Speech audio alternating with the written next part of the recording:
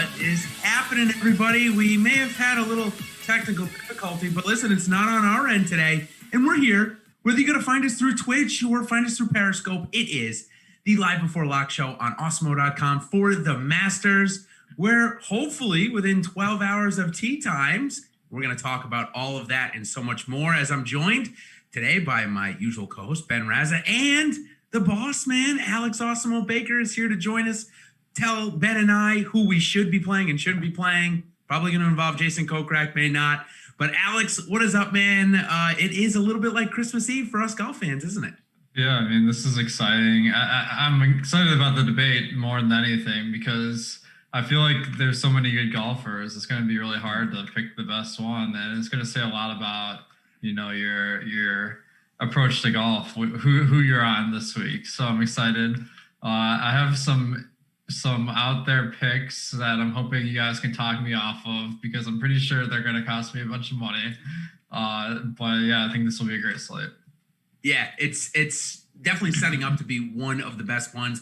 We've got 2 Millionaire Makers coming out, a $20 one, the $4,500 one for anybody that want a ticket or is splurging.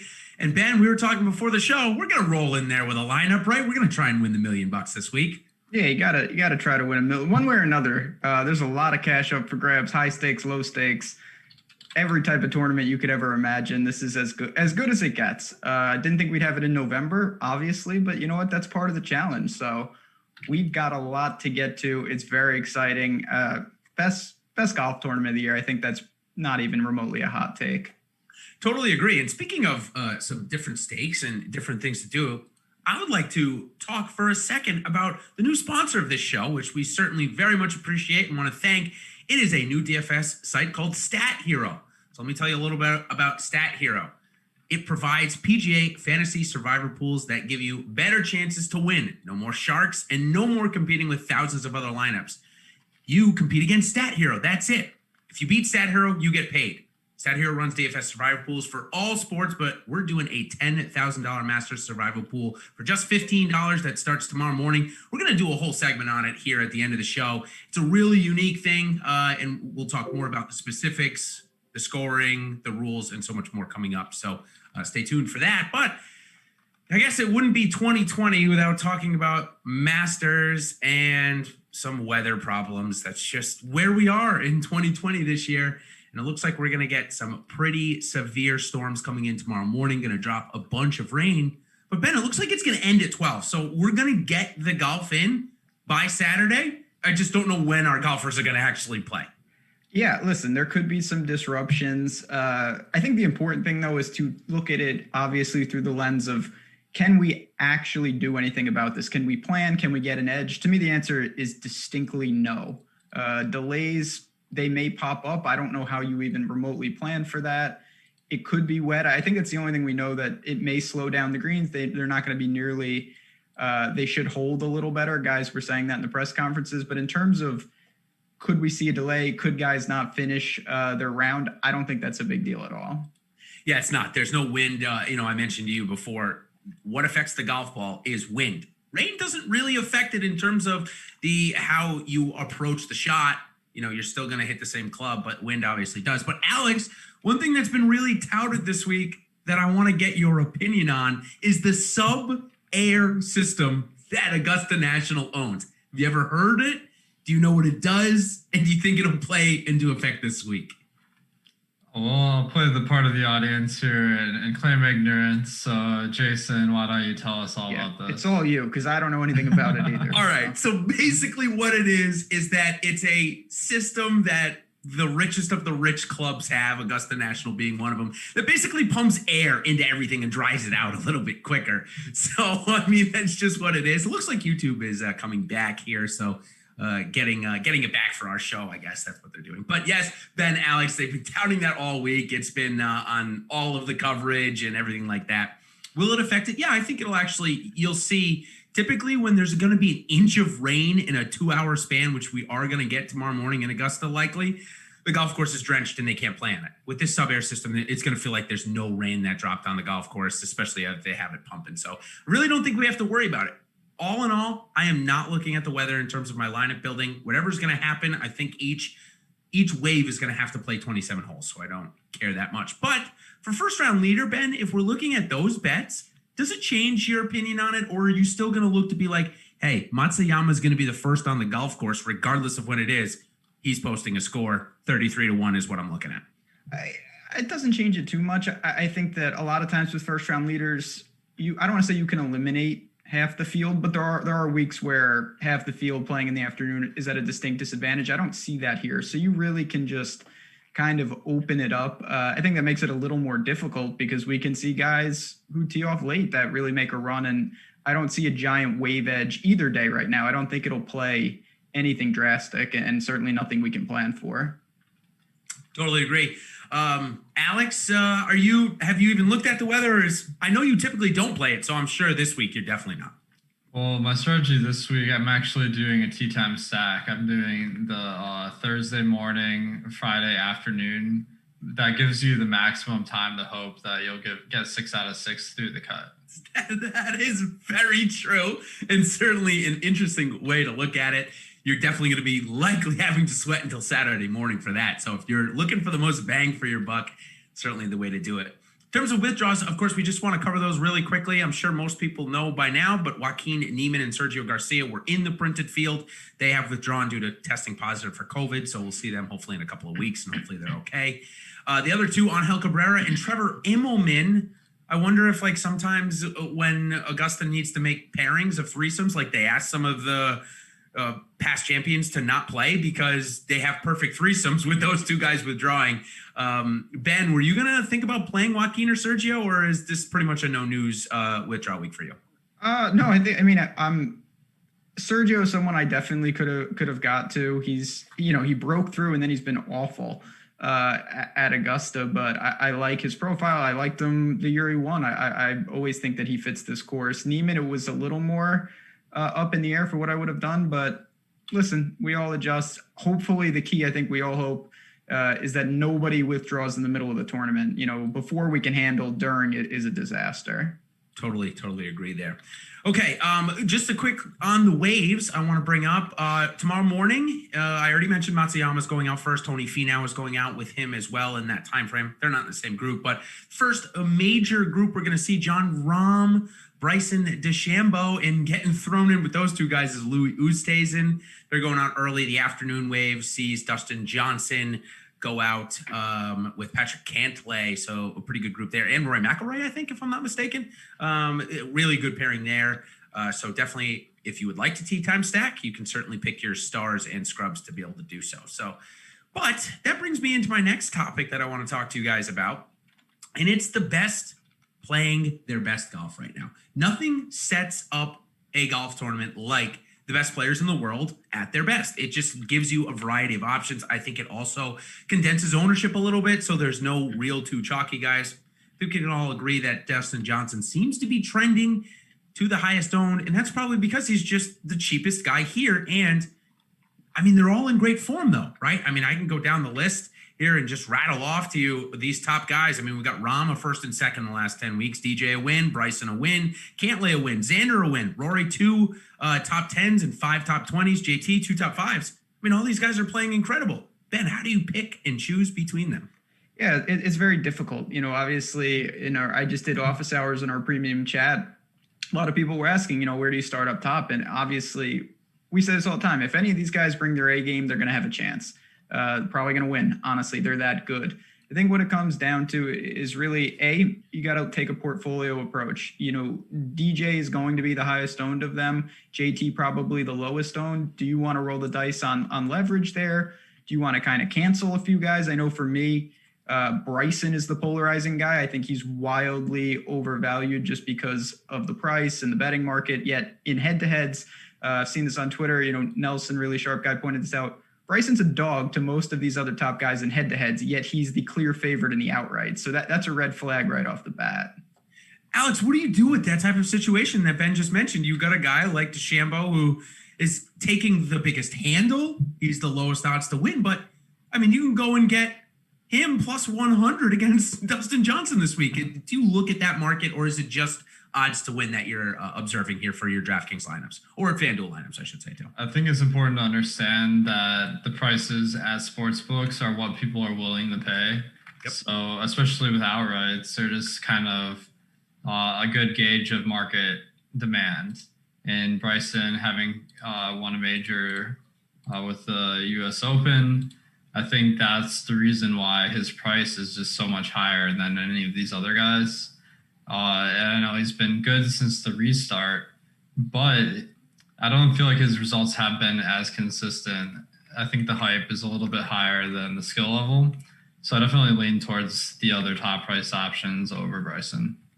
So when we get a situation like Bryson possibly being able to absolutely overpower a golf course this week, being able to drive it 40 yards longer than most people, but he hasn't really had this type of golf prior to COVID. So Alex, in this situation, do we try and let the projections come up, or is there stuff we have to adjust knowing that he's a different golfer than he was 6 months ago?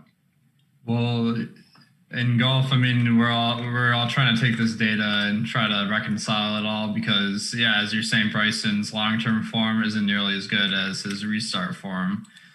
But I feel like still he's overhyped a little bit, like especially compared to Dustin Johnson, who I feel like has been performing the best of anyone.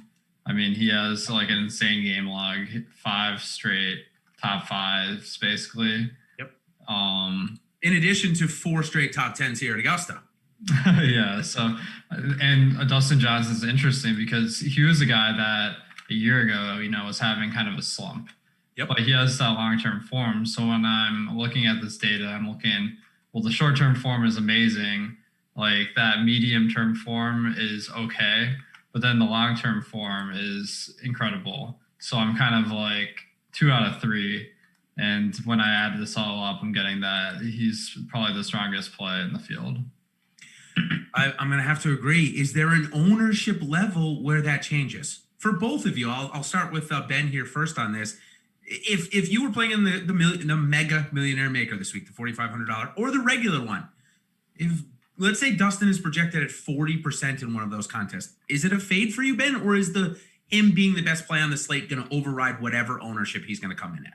So I think it's a product of your lineup because like if you like Tony Finau and Kokrak and some of the guys we're going to get to, well, you're going to have to do something. You can't just play all the obvious guys and think that you're going to get there. If you want to make DJ, that's totally fine. I think it's very reasonable. If you want to say, you know what, Rory is there, John Rahm is there, and this is probably more what I would say. You have other world-class guys that also are playing good. Maybe they're not at the level of DJ right now, but it's close enough where maybe I will get away from that. And then I can build with guys like Finau, where if I liked Kokrak, I could use him and maybe I won't really have to worry about leverage. So it's just a product of the lineup.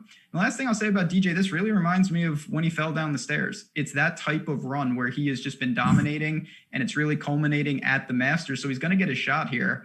He's playing as good as anyone out there, no doubt about it.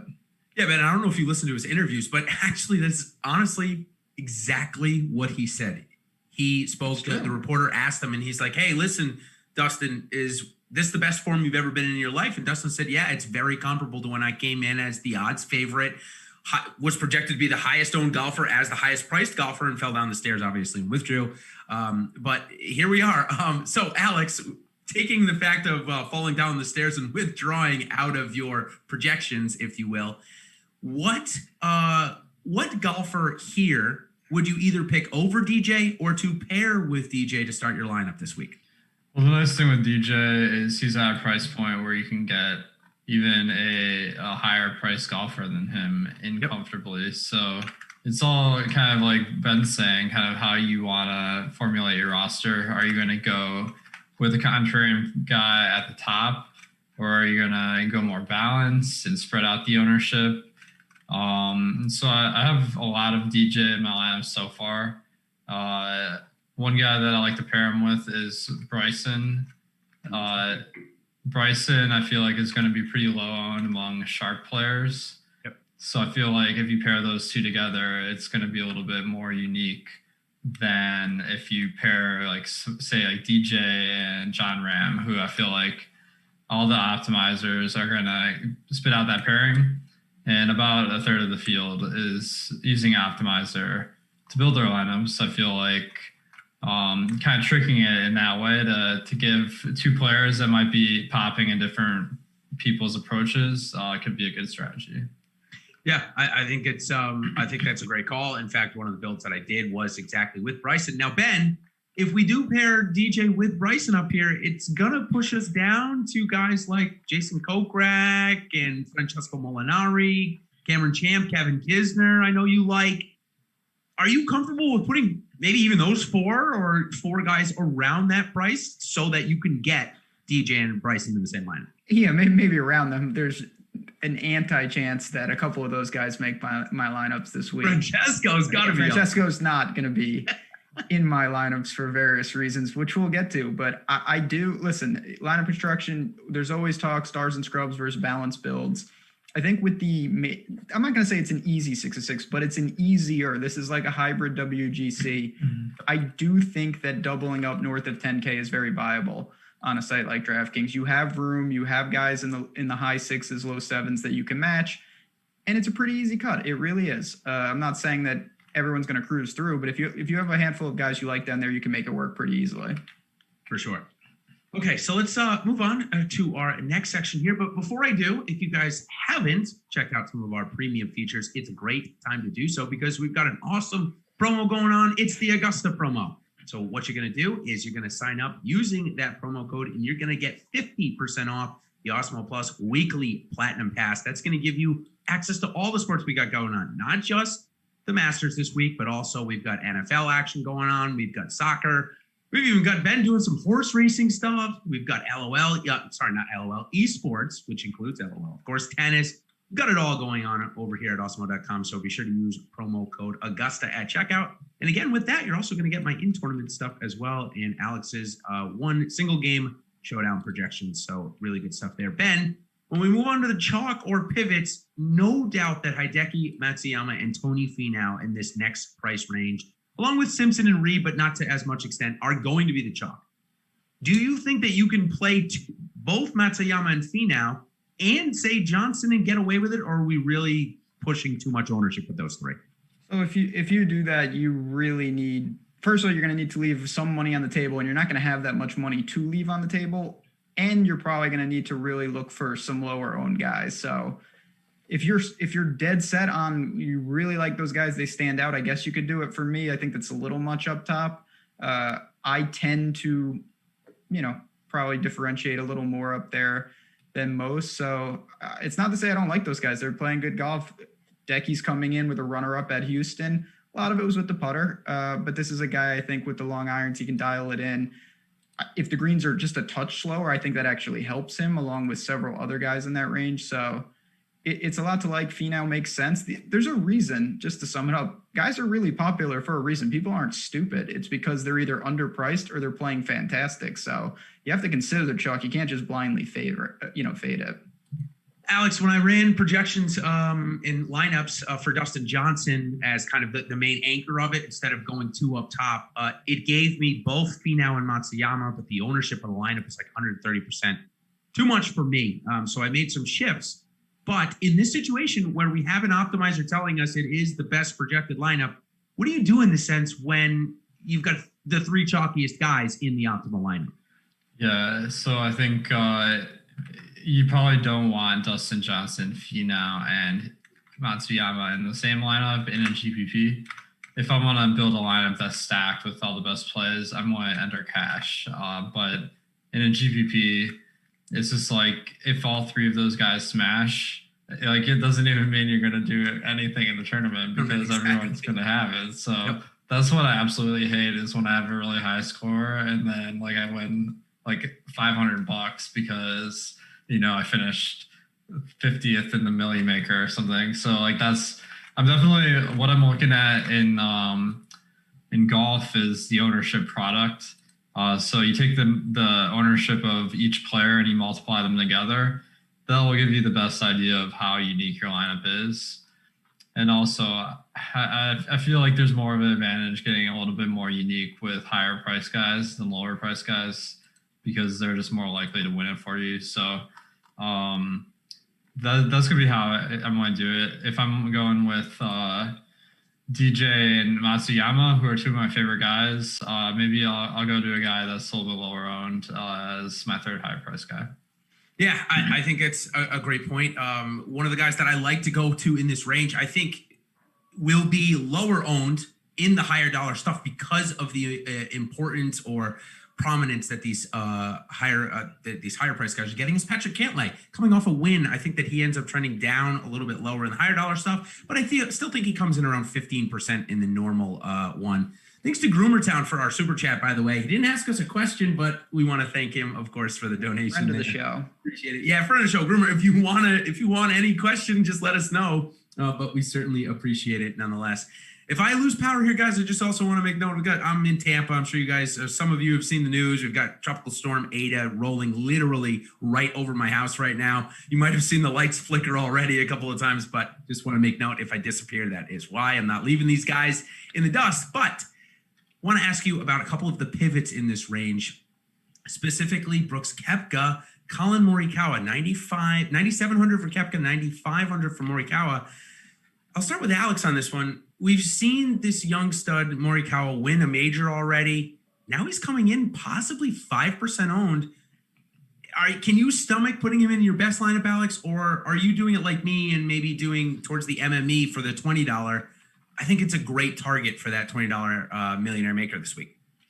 Yeah, I agree. I think whenever you got a guy like Morikawa, like who's a really good golfer, but then they're a little bit expensive, and I feel like also the hype is there because he's won majors before. I mean, he's had some incredible performances, but when you look at his overall body of work, it pales in comparison to the guys in his range. So I think if you are going to him, it's more for the ownership than. I feel bad saying this because I know a lot of people watching are probably like, Morikawa, he's one of the best young stars in the league. But I'm just looking at the numbers. At about minus 1.6 strokes, where the top of the field is more like minus 2.5. So there's a wide gap there. Ben, you and I talked about Morikawa a lot. Obviously, we've really tracked this guy through his ascent in golf. And one of the things that you and I consistently say about him is when he's on with his irons, we know he's one of the best in the world. But that's the question. We don't know if he's going to be on or not, right? And when he's off, we've seen recently that he can miss cuts. So at 5% ownership, is there any interest for you, or do you think he's packing his bags this week? Maybe a little bit of a jump start on the Make the Cut segment coming up in a little bit. Because I know maybe you might be thinking you might miss the cut, or maybe you think it's a good spot to play him. So when a guy is, that talented and low owned, there's always appeal because his best is worthy of winning majors. We've seen this. Long term, we don't know because he's so young, and consistency, there's no chance that he's as consistent if you look at top 20s and things like that as the best players in the world, that he's just not. So in large field tournaments, when you're talking about, you're trying to beat hundreds of thousands of people, I think that's where you do roll the dice because if you get that magic that we've seen Morikawa already do, he could be a winner that not a lot of people have. He could actually win the tournament. But if you're talking about consistency, smaller fields, I err on the side of more cautious, and there's guys like Reed, Cantlay, Webb. There's just a lot of names that I feel a lot more comfortable with in the same price range. Speaking of more comfortable, Alex, one of the last times we had you on this show, you proclaimed that Kepka sucks. And now I've recently joined the bandwagon and saying Spieth sucks. So I feel like we're making waves here. This week at 9,700, lower ownership, maybe below 10%. Is there a little bit of interest for you at least? He seems to be coming into form. Well, I mean, it's funny because I feel like this majors Kepka narrative has kind of faded back into the oblivion because like we were seeing in majors, Brooks Koepka's odds would be like top of the board, even though we know he's not like the best player, right? Yeah, we know he's not. I was a little drunk on that show, so I mean, I was willing to give you the hot takes, but love it. Actually, I do like Kepka this week because I think he's kind of in a sweet spot of having good upside and not being super high owned. So I think there's a lot of value in going to him. I think there is too. Everyone, including myself, was talking about how bad his interview was. And what I meant by bad was the questions that these people were asking him, these reporters were asking Kepka, I would have been getting upset about it. So I'm kind of siding with Brooks. The winds are shifting, Ben. How about for you? Is Kepka in of a little bit of interest as a pivot in this range? So I don't mind Brooks at all. You know, on the surface, you look at it. Yeah, last week at Houston, it was all with the putter, but it's Brooks. Like, we know he can do it if he's healthy, and I have no idea. He says he feels good. I'll take him at his word. The bigger problem I have is that you're literally, the opportunity cost are guys like DJ, guys like Rory. Yeah, yep, right. It's there. bad. That's a little much for me. Like, if he was a little cheaper and we were talking about, do you like him or Bubba, him or Scott? Yeah, I could make a serious pivot there.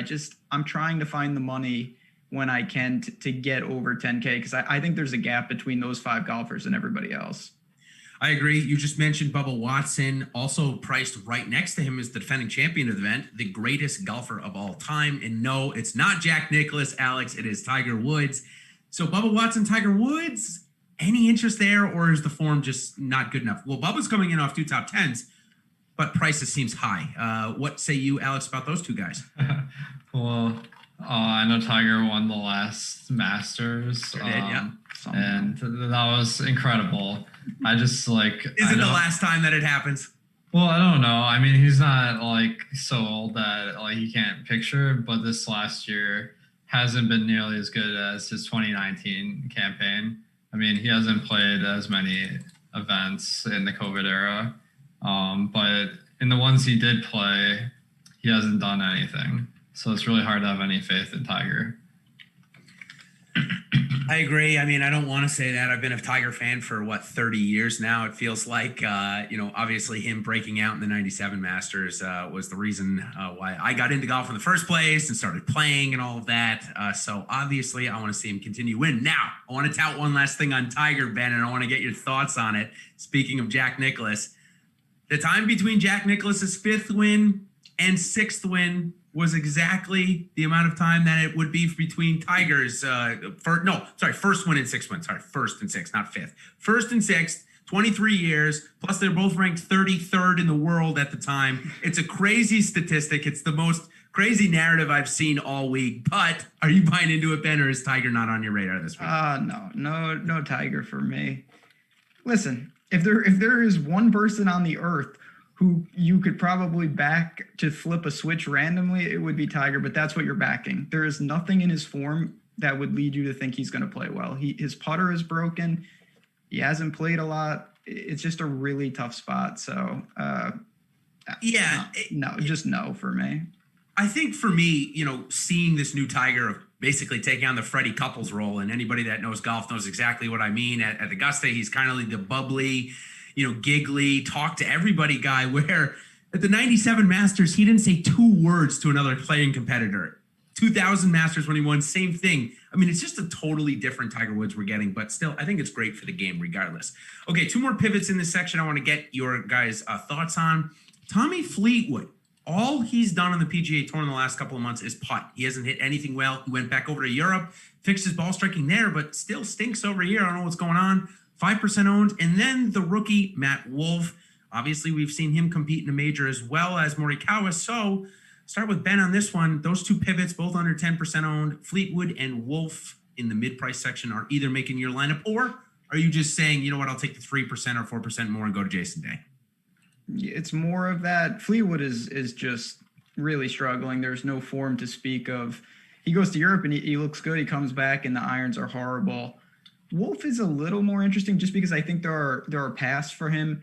If the course plays easier, he can get, when he gets going, it's some of the best on tour, the way he can score. I don't love that he hasn't played at a Masters before, but he's shown he can do it, certainly in majors, and he's got the talent.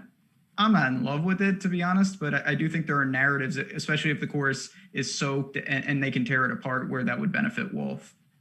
Yeah, I agree. Alex, these 2 guys, Fleetwood and Wolff. And I want to throw Fleetwood or Wolff, those 2 guys lower owned, maybe a little bit in the mid-range zone, somewhere around 10%, are 2 Aussies. One of them I know you like to play, Jason Day, and the other one, Adam Scott. So of those 4 golfers that are all 89 to 8,500, Did they make your lineup pairing with Matsuyama and DJ or anywhere else, or is this a blank range for you this week? Yeah, I got a good amount of these guys. I mean, for different reasons. Fleetwood, as you guys mentioned, he's really stunk recently and on the PGA Tour, but his long-term results are pretty solid. The main thing I'm looking with him is the ownership. I just think it's pretty low for that potential. Where Wolf is at 9.2% in my ownership projections, and Fleetwood's at 5.1%.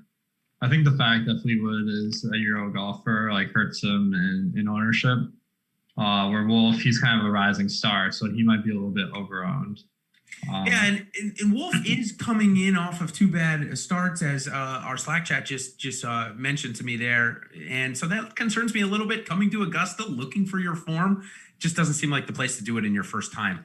But these other golfers that I'm about to mention before we get into our pro player tool, these three golfers, you know what, I'll say four. These four golfers have all found form at Augusta before, but all four of them are playing way off of their form, which we have seen in the past 3-4 years. Ricky Fowler, Paul Casey, Justin Rose, and yes, Jordan Spieth. All of them are going to be under 10%. So Ben, what a foursome of names I'm about to give you here. Are you going to tell me you're out on all of them, or is Ricky Fowler going to cause you nightmares yet again? Yeah, I mean, listen, it's really tough, but I do think that you have to embrace some of this because this is where the tournament could be won. These are guys that, they've got, some of them have major wins, others have been very close. And I think you can't just blindly fade all four of them in my mind. You have to look and see who do you think can rebound quickly, whose maybe game can translate here. For me, no surprise, I think that Ricky and Rose are better dart throws than Spieth and Casey, but of course the floor on all of these guys is not good. The consistency is not there with their games. I do have exposure though, especially in large field tournaments, because I think the upside is still intact, particularly with Rose. I love them in large field tournaments, all four of them. I don't have as much Casey as I do the other three. I think that Rose presents a really nice option in that GPP range, being 10% owned. Plus, he scores incredibly well. I could say the same thing about Spieth, too. And then that just leaves Ricky Fowler, who he's probably the guy I want to most to win a major, but it's just not going to happen, in my opinion. I don't think his game is regressing instead of progressing. So, Alex, of those four low-owned past studs that are now not studs, do any make your lineup this week? I mean, and one step further, if they don't make your lineup, I'm guessing you think that the run of top 20s at Augusta or top 25s at Augusta is going to stop for Jordan Spieth here this week. Well, actually, I think it's important to contextualize these guys because I think people are leery to roster Justin Rose, Jason Day, and Jordan Spieth because they used to be so much better than they are today. But that doesn't mean they're bad today. It just means they're not top golfers, and they're not priced like them either. I mean, Justin Rose, he had a stretch over the restart where he finished 10 over twice in a row or something, and I had to redo my whole model because I'm like, I'm not having 60% of this guy again. This is absolutely killing my weekend. So I went back and I did some research, and I realized that he had a swing coach change. I don't know if that got into your model, but he did have one at that exact time. Yeah. So I mean, the way I'm doing it now is I'm weighting it by how long ago it was, and the most recent tournaments I'm weighting heavier. That being said, Justin Rose and Jason Day has played the best of the bunch. Justin Rose has been pretty close, but then Jordan Spieth has been horrible. I know you like him. You just I know he had some seconds in the Masters and a win. Yeah, don't forget the win. Okay, yeah. But I think that's why his odds are a lot higher than they should be. Definitely. So I'm definitely low on him. So I take it course history doesn't make it into your model projections each and every week. All right, let's go into something that does show a bit of our projections here, and that's the Pro Player Tool, one of the new tools that we have here at Awesemo. It is free today, so check it out, normally a premium subscription. And what this is, really, it's a great tool to come in and check out who we are ranking in terms of the most optimal plays of the slate. Now, when I say optimal, that means the highest projected points. That not necessarily means the best GPP lineup, but certainly would mean the best and most consistent cash lineup. That's kind of what we're going here. So, Ben, why don't we talk a little bit about our rankings? It seems like we've got a pretty even idea about our top 5, or top 10, I should say. We've got Hideki Matsuyama, Tony Finau, John Rahm, Dustin Johnson, those guys in it. And a guy that we have both in the top 10 that might be a little bit against the grain, even though he's projected high, is Matt Fitzpatrick. So, Ben, you want to talk about those rankings and why Matt Fitzpatrick might show up here quite a bit? Yeah, I think the important thing, just to reiterate, it's what you talked about, is more optimal plays. Like guys that this is a great place to start. And then if you want to pivot off a couple, that's probably where you're going to get into tournaments. And a guy like Matthew Fitzpatrick shows up towards the top because his price is more than fair and he's a very stable golfer. He kind of just does what he does. He's got a higher floor than someone like Rose or Ricky, who are wild men. Now, maybe they have better upside, but Fitzy's a cut maker and he's a good putter, so that it's going to make sense. Jason Kokrak, also a very obvious guy who's going to get a boost because of his price. Now, I've been clear, I don't even like Kokrak in tournaments this week. I think that there's better opportunities to pivot, but there's no doubt in cash and for floor, you have to consider him just because of where he's priced. And it's all a product of that. So again, I think this is a great tool to get your kind of broad strokes. And then you dig into some of the leverage tools that Alex has built on the site, and obviously the articles that we have premium to really make those changes. And that's where you get the upside to hopefully get in contention on Sunday in some of these larger fields. Yeah, Alex, I think that's a great description there by Ben. And another name that kind of pops up with an average rating of 14.8, $7,300 Cam Smith. You have him ranked in the top 20. So is there a point where you take and say, okay, a guy like Cam Smith, he's a little maybe overly overprojected, maybe a cash play, but is there a level of ownership where you say, okay, he could still be a good GPP play as well? Is there that difference, or is it more just come down to the total ownership of the lineup? I think it's definitely possible to make a good lineup with anyone, like regardless. I mean, maybe not some of the 70-year-olds, but like I'm really looking at the lineup as a whole and not trying to dive too much into individual players. Like Kokrak's a great example because, I mean, I know you guys are hating on him in our Slack, so I went back and I looked at the stuff. He won his tournament based on putting, and Oh yeah. Like, as you guys talk about all the time on the show, like that's the least consistent form of gaining strokes. So I think when people look at his recent form, they're going to be like, oh, Kokrak is like the hottest golfer in this price range. I think his odds have shifted a lot since the pricing has been done for DraftKings and FanDuel. So he's showing up as underpriced when you look at the Vegas odds. And he's a solid long-term golfer as well. But I think he's definitely overowned because having a guy that's 7K, like that helps you fit in the top plays, that's going to pop in anyone's lineup. So the way I'm getting Kokrak in there is I'm probably going to have more edgy picks around him. And if I don't, I'd probably go to a guy that's lower owned. One that I like is Francesco Molinari. Oh, gosh.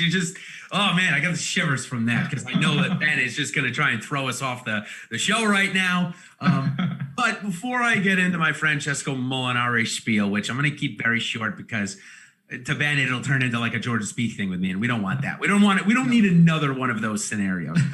But what I'll say about the tool really quickly before we move on to our next section is another way that you can quickly use it for tournament play is match up the average that we have them, which would be, the cash line average that we said, match it up with ownership. So for example, I'll give you two names that I think are fantastic, both GPP plays and maybe even a little bit of a cash play as well, is Ian Poulter.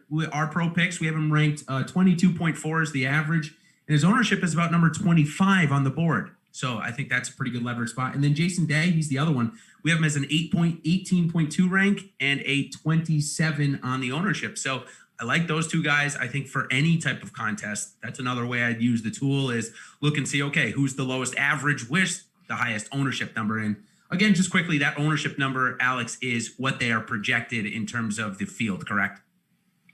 Yeah, it's the absolute ranking. So if a guy says 12, that would be the 12th highest owned player according to our projections. Yep, has nothing to do with the optimal play based on ownership. It's just pure ownership projection there. Yep. Okay, let's move on here.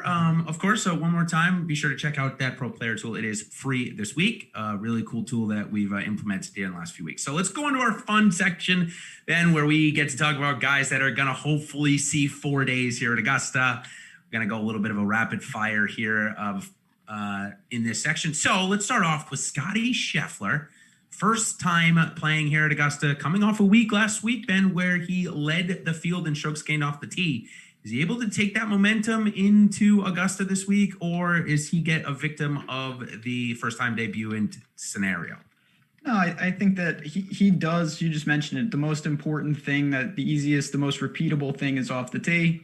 He excels at that. So he can lean on that. And at a minimum, he should be able to get to these par fives, take advantage. I think that settles him in, and he's just fine, gets through the weekend. Yeah, if I had to take, you and I always talk about, or I do, and I make you talk about him and Sheffler in the same breath.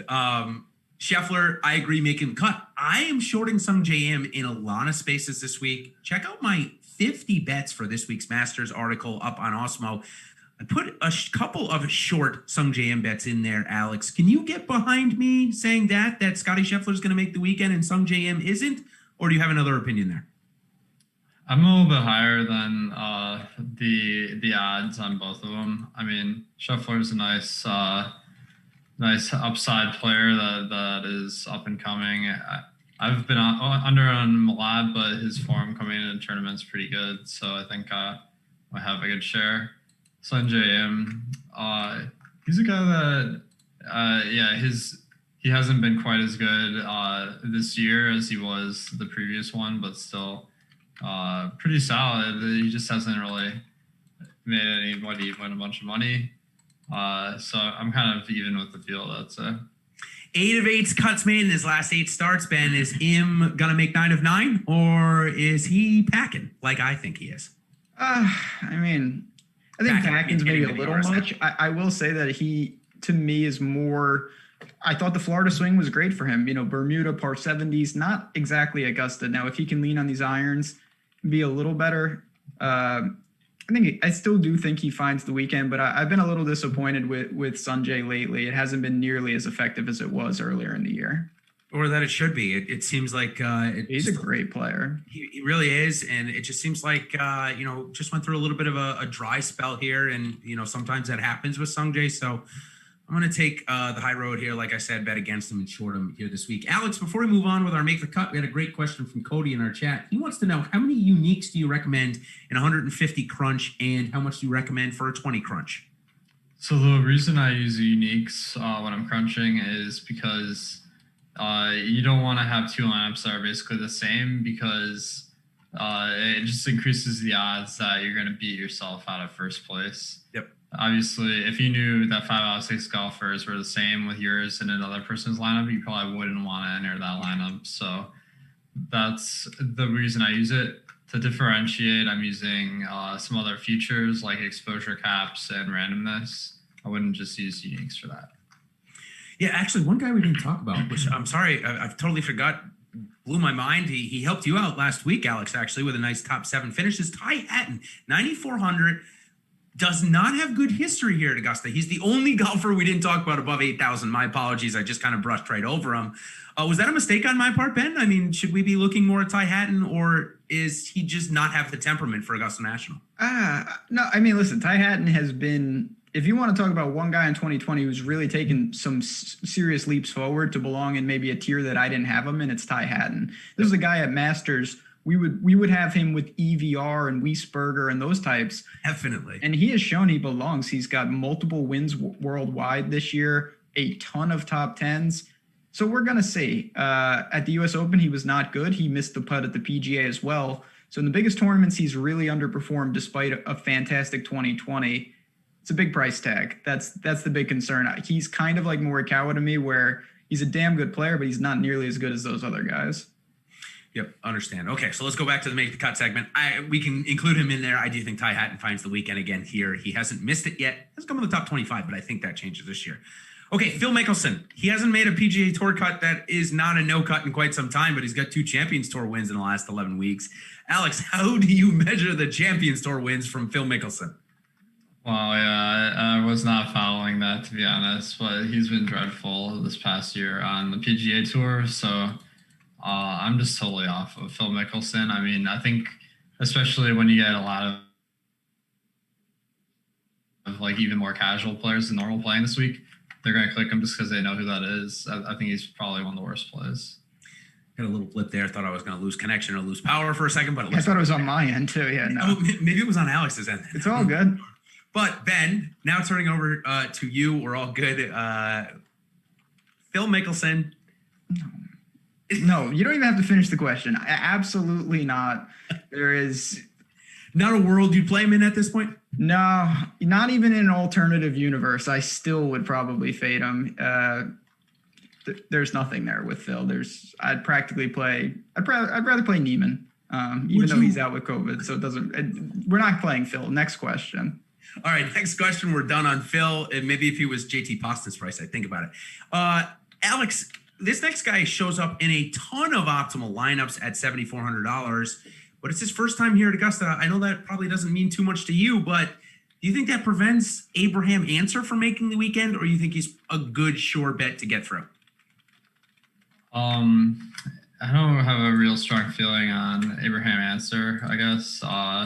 Seems kind of like an average guy. It all comes down to the ownership for me, I guess, and 10%. That's one of the higher marks in that price range. So I don't feel a really strong one way or the other, but there are pump plays I like a little bit more. Ben, in this price range, he sits relatively high. Alex has him about 66% to make the cut in his model that, of course, you can get as an Awesemo Plus member. So, Ben, would you say that Abraham Answer's 66% to make the cut ends up coming to fruition, or are you on the 34% non-public side here? No, I think Alex summed it up really nicely. He just I think his price is fair. I think that's probably the percentage he makes this cut. The ownership seems a little heavy. So if I'm looking to roll the dice, I certainly will go to other guys, Cam Smith and many others in the same range. I like a little more, but Answer, if someone told me they really like him, they think it's a great spot, I wouldn't fault them. I think he plays fine, but certainly not a priority. Yep, totally agree there. And I'd rather go down to Cameron Smith, who we chatted about a bit. Okay, next on this list, two guys that are 1 of 4 here at Augusta in their last 4 tries. One of them is an Open champion. One of them is a U.S. Open champion. One of them has lost what seems to be 150 pounds, and the other guy is still a little chunky, and that's Shane Lowry and Gary Woodland. Ben, is Gary Woodland did he do so much damage to his body, losing all that weight, that injuries are going to plague him for a little while now? Because he's had to withdraw a couple of times now in the last 10 weeks. Yeah, I mean, I have no idea why or what happened, but he's clearly hurt. He stated that he's trying to work through some things and play through some things. That's a giant red flag. So he's got the talent, but he's injured, and that makes it very difficult. Sure does. Alex, do you see this type of injury affecting Gary Woodland? And if so, I'm sure you probably do. How do you adapt to the projections with him, knowing that he did just win the U.S. Open a little while ago? He had some good form prior to COVID, but since we've come back, it has been very, very poor. Yeah, I think it's based on the recent form, we know he's not like a great play probably. So it's just all coming down to the ownership. I think that there is enough there to give me enough confidence to go with him, because over the last year, he's one of the top guys in his price range, and it's only more recently that he's been struggling. And one of the things I look at in this kind of instance is, when were these tournaments played where the struggling happened? It does look like he had this withdrawal at the October 22nd one, so that is a big red flag. Yeah, agreed. Ben, Shane Lowry really struggled here at Augusta, but top T11 last week in Houston. Does that get you interested in him, knowing that his ownership's going to be 5%, or will the struggles continue at Augusta for Shane Lowry this week? Yeah, I'm not going to say he's definitely going to struggle, but I'm not that interested, to be honest. I think if I thought it was going to play really difficult, it might up him. I kind of prefer him at those grinded out type things. Not sure he can make enough putts. Low ownership is always enticing, so I get that aspect of it, but you can't have everyone as a flyer, so he's towards the bottom of my priority list. Next guy that is right in this price section that Ben has talked about a decent amount this week, and I'm going to give him the floor to tell us why Kevin Kisner is a better play than Cameron Champ this week. I will say I do like Cameron Champ this week for what it's worth, but pack them together then, right? Yeah, well, they do different things. I think one of the appeals of Kevin Kisner is everyone assumes that this is going to be bomber heavy, but if it's not, there are guys like Kevin Kisner that could really benefit. He's going to lose off the tee, but his irons are good. He's a world-class putter. He's won a WGC. He went to Georgia. He's a Georgia Bulldog, and he's played in the Masters several times. He's made the cut every time. So if you're looking for a guy that does it differently, and maybe November yields itself to a Zach Johnson like major, and that would really benefit someone like Kisner.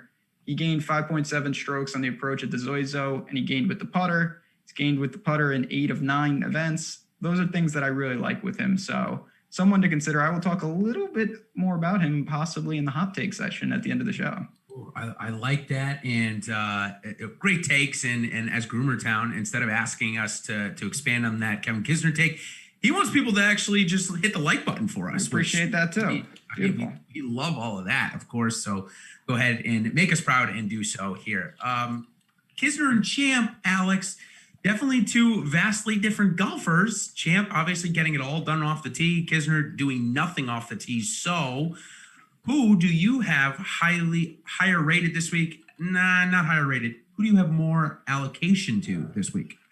Well, I have to admit, I'm shocked seeing that Cameron Champ is one of the most popular players of the week, because I know he's got a lot of upside because he hits pretty far, but I just think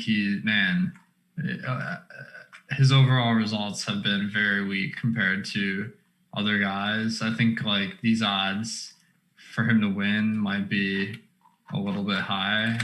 Yeah, let me ask you about that. He came out at 110 on Monday, and he's going all the way down to 70. Do you think that leads to higher ownership across the board, which it certainly sounds like it? And is there something that we might be missing, or is it just the product of people thinking that length is going to be everything here, and he ends up in the top 10 this week? Well, I think, the odds for Champ to win are always a little bit higher than, how good of a golfer is, because he is a little bit higher variance given that he can really hit far. But that means his potential to absolutely destroy your week is a lot higher than other guys with similar odds. So given that he's one of the more popular players tomorrow, I'm probably going to take a stand that I'm under the field. Yeah, I understand the take there. Kisner is a perfect pivot there. It looks like he's going to come in under 10%. It's just for me, I'm having a tough time getting through the fact that if I get 4 rounds out of Cam Champ, which I think I am, he's going to score more points than, say, somebody that comes in the top 15 or 20, and he's might come in the top 40. We've seen that a couple of times over the last few weeks with him. There were no cut events, though, so like you said, there is higher variability. But I do like him here this week. I think that his game is made for Augusta. One of the reasons why I think it's made for Augusta is the fact that when he misses the fairway is where he really struggles. He's not going to miss many fairways here this week, so I think that should really be able to highlight his approach game, and then it just means how many greens is he going to hit?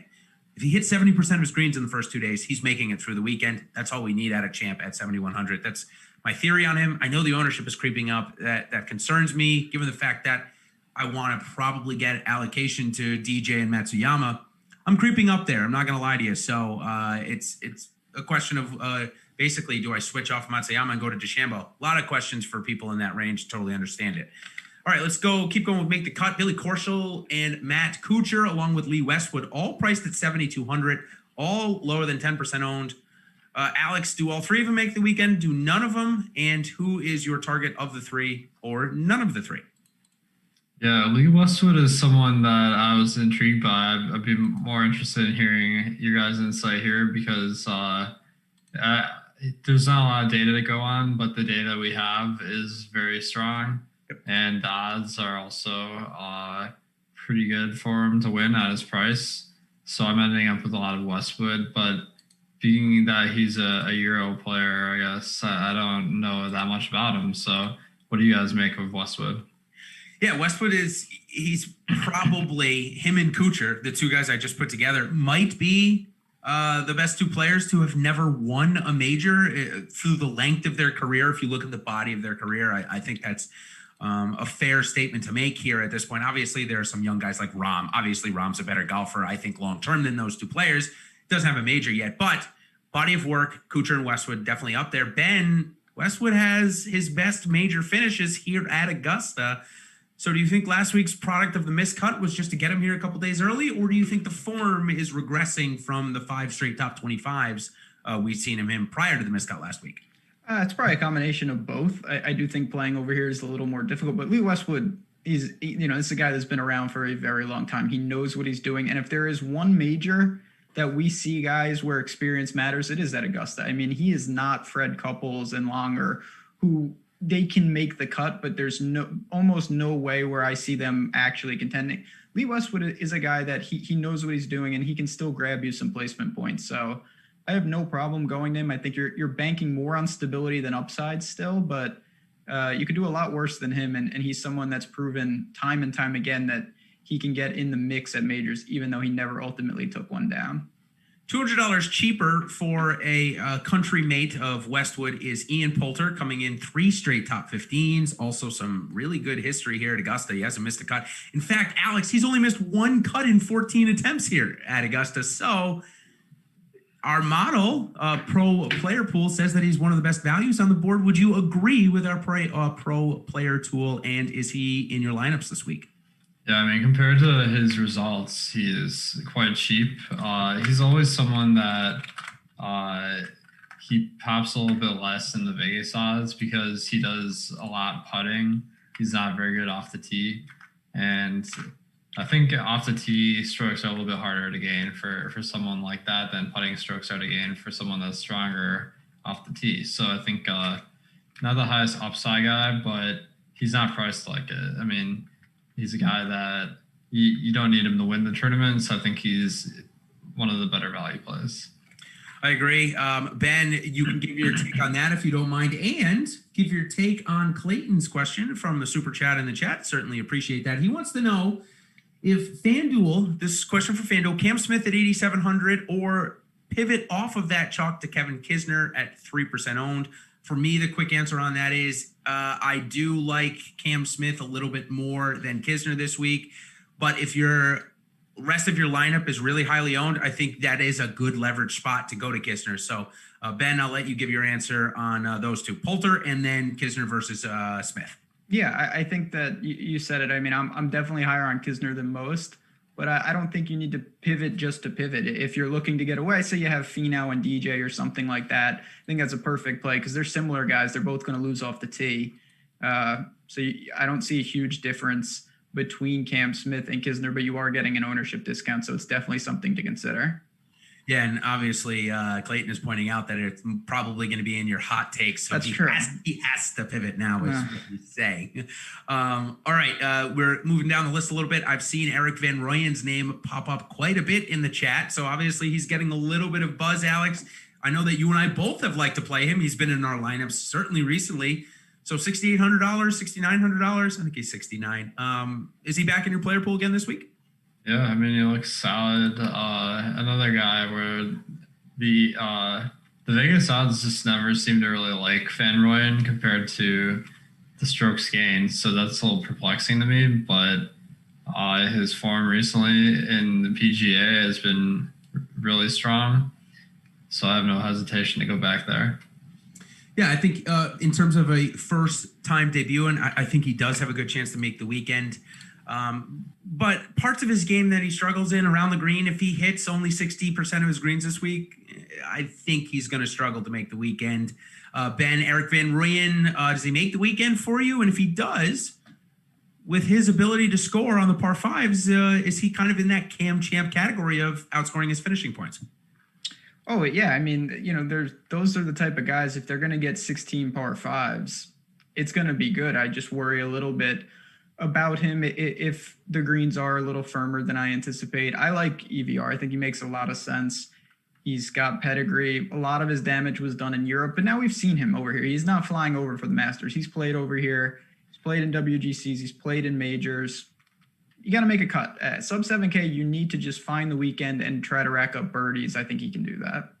Alex, two of the highest owned golfers at 7,000 or below are Jason Kokrak and Eric Van Rooyen. Do you think there's too much ownership to put them together, or do you think it's fine as long as you're not going DJ Matsuyama Finau up top? I wouldn't rule it out, but that definitely is a negative that maybe you don't want two of the top value plays together, because that just means you're going to be funneled into a similar build as other people. Yeah, two golfers that certainly are not going to be in that bucket, but are the lowest ranked golfers according to OWGR down here. It's Mark Leishman, who, Ben, I mentioned a couple of weeks ago, about a month ago now, that it looked like his back was broken. It was at the TPC Boston, I think it was, that it literally just looked like he was hobbling around the course. The other guy is one we really don't know much about. It's Bernd Wiesberger. Two guys that I think have some certain upside this week if Leishman is healthy, both coming in under 5%. So for me, the Millionaire Maker, I've got him in about 10% of my lineups, 5 to 10%. Ben, are you in the same, or are they full phase for you, just not showing enough right now? Leishman is someone I would love to get to him, but I don't really see it. Wiesberger, though, to me, he's more of an actual Euro in the sense we don't really see him over here, maybe for a WGC, but he's got experience. He's played at Augusta. He's not a long hitter, though. You have to know what you're getting. He's not going to tear apart the par fives. Probably going to, he could even play them maybe, as 3-shot holes, which would not be ideal, but I still don't mind going to him. I think he finds the cut. I prefer EVR, though. Yeah, I think in that range, I'm going down to Francesco Molinari. I'm skipping out on all these guys, Alex. I'm not going to lie to you here. So any of these guys of interest to you? I also have interest in Siwoo Kim. So take all the guys I just mentioned, Alex, and tell me your best bet other than Molinari here in this section. I feel like Siwoo Kim has been playing well, but I feel like he might be a little bit too popular just based on that. But now I'm looking at my ownership. I have Francesco Molinari at like almost exactly the same ownership. 7 or 8%, so, yeah. yeah, I didn't realize Molinari was that high. But what I'm looking at with Molinari is he had a really consistent track record up until 2019. He didn't play, 2020. It was his bad year. This year, but before COVID, he was terrible. Yeah, he didn't play that much though. He only played like 4 starts, I think. Yeah, a handful of tournaments, and a lot of them were a long time ago. So in his most recent starts, so I'm playing with his game line now. In October, he played 1 tournament. He fell right on the cut line, and then he finished 15th last week. But then you have to go all the way back to February for his last starts, where he had a really rough patch where he missed 4 out of 5 cuts. But like when you compare those to kind of that 2019 data where he was good, I mean, in time span, like those are all pretty similar amounts of time about a year ago. So it doesn't make a lot of sense to me to wait like these bad tournaments in at the start of 2020 that heavily compared to the end of 2019. So that's why I'm getting a lot of Molinari. Yeah, and here's what I'll say just on the psychological side of Molinari, Ben, and then I'll turn it back over to you for a couple of guys. I won't make you talk about Molinari, but I'll give a couple more before I turn it over. And the thing about Molinari is he even said that he decided to move from wherever he was. I think he was in London, actually, and he decided to move to LA during the pandemic, and that's why he couldn't come back to play. He had to quarantine. He had to get his family all settled, all of that stuff. And he said what he was doing, though, at home was he was trying to peak for this week. He wasn't going to play much, but he was going to be working on things at home. Decided to play at the Houston Open, which I said it earlier on in this week with my show with Jeff Ulrich on Monday that I actually think the Houston Open was a good test for golfers playing here this week. A lot of green complexes that will see similar shaped runoffs, elevated greens, undulating greens, the alike. So I think it was a good test for Molinari. Games for the bag, definitely in play for me this week. Ben, a good pivot off of him, or maybe getting a little ownership as well, but superb around the greens, kind of surprisingly. I'm not talking about Ben On, who's also very good about around the greens. Talk about Sebastian Munoz. A couple of top tens. I know he's a first-time debutant, but I really like the spot for him on both FanDuel and DraftKings.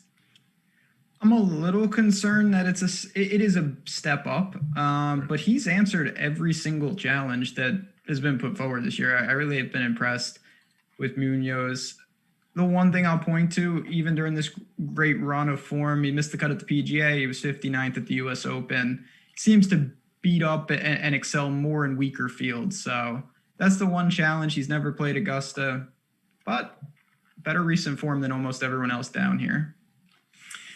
Yeah, that's true. And that's kind of what's going, kind of trending me in that direction. So, all right, that's going to do it for our Make the Cut segment. Of course, if we didn't catch some of the golfers that you guys want to ask us about, we still have time here on the show. Going a little bit over. It is Masters. We got Alex on the show, so maybe a little excited to go a little over. But we're going to go into our sixth section, and it is about Stat Hero. And we are a new sponsor of the show. So, again, I want to thank them for that. And we're going to talk a little bit about their game, which their tagline is called Survive the Game. And what that is, what Stat Heroes is, it's a survivor pool where you are going to, all you have to do each day is beat the lineup that Stat Hero puts out. You're not competing against me or Alex or Ben. You're just competing against Stat Hero. And for round one, their lineup is Ty Hatton, Sung J M, Matt Wolff, Tiger Woods, and Paul Casey. Again, all you have to do is pick 6 golfers, any 6 you want, to beat those guys for round one. And if you survive all the way to round 4, you'll pick a new lineup each day. If you survive all the way to round 4, you get a shot at splitting, or maybe even by yourself if you're the only one left, at $10,000. Or I think it's $8,000 is in the actual prize pool this week. So given this information, Ben, from Stat Hero here, is there 6 golfers that you can tell us will easily take down Ty Hatton, Sung J M, Matt Wolff, Tiger Woods, and Paul Casey in tomorrow's first round? So, I mean, certainly this is what's interesting about this site. It's kind of a challenge within a challenge. You're not just building a lineup. You're kind of playing a head-to-head where you know the other person's team. That's something we don't really have on the other sites. So cool. I think that the challenge, and I want to kind of open it up to you guys as well, is like, how do you structure it? Do you just load up and worry about surviving round one? Do you plan? It's almost like Survivor in the NFL, and I have an article on that every week where it's like, do you save the Chiefs? Do you save the Saints for the stronger weeks, or do you just load up right at the beginning? I don't love that lineup that they've put forward with Tiger. You don't like Sung J M, Jason. You already mentioned that. So it seems very, very gettable in this first round. It's just more about allocating how much is too much. Do we load up with Bryson and Rory right off the bat, or do we save some guys? That's really the wrinkle I think we have to master. Yeah, great, Alex, some great strategy there. And of course, if you're interested in joining us over there, just use promo code Awesemo for 100% match on your first deposit up to $250. So this contest I'm talking in is $15 buy-in with 10 entry max. So if you go ahead and put $75 in, they're going to match it 100%. You'll be able to put in 10 lineups there in that contest. So pretty fun, Alex. My recommendation is to start off an MVP with somebody like Rory McIlroy. Give me one of the guys that I think are going to win. Put him in that MVP spot so we get 2x the points. Is that the strategy you're going to take here with Stat Hero, Alex, or are you going to advise something maybe a little bit different? Yeah, so I think what we got to do first is kind of like, Ben, you were mentioning this real quick, where if we use someone today, does that mean we can't use them again? How does it work? Oh, is that a question to me? Yeah. Well, I believe nothing on the website suggests that you won't be able to pick them, but I think the survivor pool is kind of telling us that we'll probably only be able to pick them once. That's what the I was under that impression. Yeah, that's the impression I'm under as well. And then it's each round we got to pick a new squad, right? Yeah, correct. Each round we're going to pick a new squad, and they're going to pick a new squad. So just to chime in real quick, you can basically guarantee yourself round one if you go Rory, Rahm, DJ Bright, But then pick your guys and you'll get through, and you'll definitely. You got to plan long term. That's the strategy part, I believe. Exactly. And I'm just dropping the promo code in our chat here for anybody that might have missed it. Again, use promo code Awesemo, 100% deposit match. Alex, if that's the case, are you more in line with just getting through round one and trying to beat their lineup each round? Or would you like to save some of those winners, say, for round four and try and be one of those last survivors in there? Well, we also have to consider that maybe in rounds 3 and 4, like the player pool is not going to be as big, so we might not have as many choices. But I guess the players that are sucking are going to be the ones eliminated, so maybe that's not the most important point. Yep. But I like the strategy of saving one of the top 4 golfers for each round. I love that. Yeah, so we could use them as our MVPs. So I would say Thomas, Rahm, DJ, and then Bryson, I guess. Wait, no, I'm pretty sure he's not one of my top 4. So I gotta go back to my your drawing board a little bit there. It's interesting. They actually have Kokrak ranked one of the highest. But yeah, so I think what I would do, I would start off. I like the Rory idea. He makes a nice guy for MVP for day one. Yeah, I think that's a great call, though. So go ahead and check out Stat Hero, new sponsor of the show. Again, using promo code Awesemo, you're going to get 100% deposit match up to $250. So check them out. Love seeing new ways to play in this game. And obviously, the more that play helps the growth of the sport. So thank you to Stat Hero for sponsoring the show. All right, let's, we're, a couple of minutes over here. It is Masters. We're all excited, but I'm running on about like average of 4.5 hours of sleep. And we got to make some lineups. So the last thing we do always is give our hot takes. Ben and I have been on fire, but I ran into a roadblock named Kevin Tway last week, Ben. Boy, that came back to backfire against me. So I'm going to go first here and get out of the way.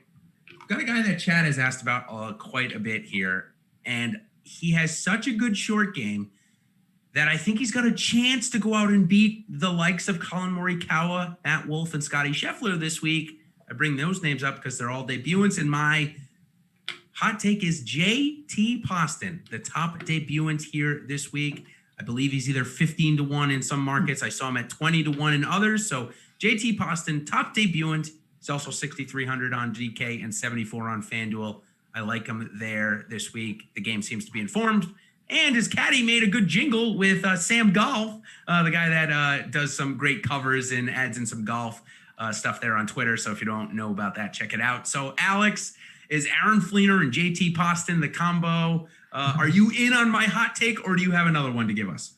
Well, my hot take is a little bit more general, I'd say, is that if you feel comfortable with the lineup that you're getting, like maybe you're not going off the board enough, because like in golf, like I never feel very great about my lineups, to be honest, because like with the salary cap, you gotta pick some guys that just aren't that good. And if you pick the one guy that looks good at that price, like it's gonna be the same guy as everyone else. So I might try to throw in some 1 or 2 percenters in some lineups. One thing I think I'm going to do is have some guys like my hot take is going to be that you're going to need one of Jason Day, Justin Rose, or Ricky Fowler to win this week. And the reason why is because like the Masters field is filled with these guys that used to be better than they are now, but they just don't allow that many like newcomers into the field, and that's why. So it's like you're gonna have to suck it up, click these guys that used to be way better, and hope it works out. Rose, Day, and Fowler. One of the 3 makes the Millie Maker lineup. Ben, that's a great hot take. A different one. Typically, you and I are looking at golfers and finishing positions, but Alex coming in with the fire. Ben, that's a tough one to follow. I'm sorry. Go ahead and give it a try, though. No, that's a real good one. I also just want to say real quick, chat, obviously, we do the golf show every week, and it's a blast. So much fun leading up to the Masters. So really wishing everyone luck this week.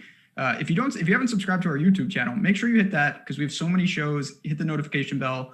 when everything's going on. And we're at 193 right now. I'm going to do a Josh Engelman. We're going to get over 200. Let's hit the likes button, get over 200. Come on. I would love to get it creative with my hot take, but I'm not. I'm just going to stick pretty vanilla, but I really believe in it. I'm going to go back to Kevin Kisner, and I just want to repeat a couple of the things that I talked about with him. He's made the cut every time he's been to Augusta. He's a Georgia Bulldog. He's a South Carolina native, so he should be familiar with it. And again, we've seen guys like Danny Willett, Zach Johnson win the green jacket. I am not calling Kisner to win, but I do think his combination of irons with putting is very dangerous. And we saw at a WGC him mop a field. I believe it was the match play, but it just shows the talent that he has. So if he gets going and this plays differently than we're anticipating, Kevin Kisner, I think, can get in the mix. I'd bet him for a top 10. You're going to get better than, it's around 10 to 1-ish, give or take. You can check that out on Odd Shopper. We have the best prices available on all the books. Kevin Kisner is a really sneaky pick this week, and I think there's a lot of scenarios where he plays really well. I love him. I think that is a solid amount of hot takes there. So a little bit over the time, like I said, so we'll be getting on out of there. But before we do, want to let everybody know, if you want to follow along on the sweat, download the Masters app. It is the best thing going if you are like to sweat your lineups live like I do. This year, they're putting out the My Groups feature where if you got a big lineup, 6 golfers, throw them all in that, and you're going to get to see their shots basically live. I think it's maybe a delay of like 3 seconds. It's pretty incredible. Hope the PGA Tour adapts it for their main tournaments because it's amazing. Also, last thing I want to tell you, it looks like we have the weather in the morning. Again, it's not going to affect my lineup building, but I do think that it's going to affect the start of play. So bear with it. We're going to get the Masters. We're going to get 72 holes. It's going to be an amazing spectacle. So even if we do start tomorrow at 12 and we got to, finish the cut on Saturday morning, stick with it. It's going to be an amazing week. Check out all of our Awesemo Premium Plus tools again with promo code Augusta, 50% off. And again, we got 2 more weeks in the PGA Tour season with Thanksgiving mixed in before we turn over to the Tournament of Champions. So stick with Ben and I for the RSM Classic and OHL Mayakoba in the upcoming weeks. But this week, good luck. Let's take down the Millie, everybody, and we will see you next week. Cheers.